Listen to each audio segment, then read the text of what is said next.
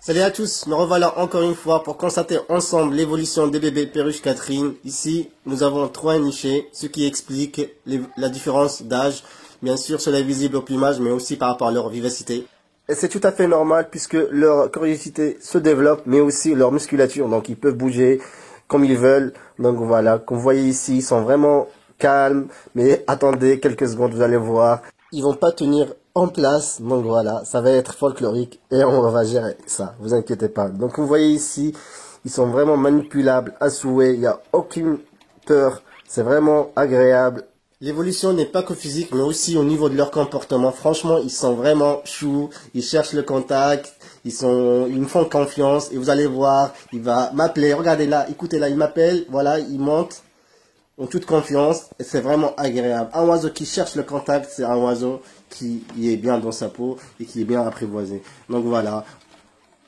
Après 2 minutes de calme, c'est fini. Maintenant, ils vont bouger partout, ils vont faire plein de bêtises. C'est normal, ils sont jeunes, ils sont curieux et ils ont le droit. Mais par contre, c'est à ce moment-là qu'il faut renforcer leur comportement, mais aussi leur apprivoisement. Donc, vous voyez, certains viennent d'eux-mêmes me rencontrer et c'est vraiment là où je me dis, le travail de manipulation a été parfait. Regardez lui, il va venir sur moi. Là, il est sur ma tête. C'est normal, je vais le mettre sur ma main, sinon il va faire caca, mais je vous rassure, j'en ai reçu pas mal et ça me fait aucun problème, j'ai l'habitude, donc voilà. La manipulation de ces jeunes est devenue mon quotidien, vous vous rendez pas compte, mais il y a beaucoup de travail derrière, mais moi je suis épuisé, mais par contre il me reste encore 2-3 semaines devant moi pour accomplir ma mission parce que j'ai qu'un seul objectif, c'est de les rendre tous apprivoisés. La difficulté ici, ils sont nombreux, donc voilà, il faut tous les gérer en même temps, et voilà, mais il faut rien oublier, parce que pour moi, du premier au dernier, il faut qu'ils aient le même comportement. Par contre, il faut savoir aussi que chacun a son propre caractère,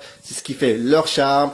Donc en fonction de mes observations, je m'adapte à chaque individu, c'est ce qui me plaît en manipulant ces jeunes-là parce que je peux passer des heures à les regarder, à les scruter pour détecter le moindre signal qui me permet d'entrer en confiance avec l'oiseau.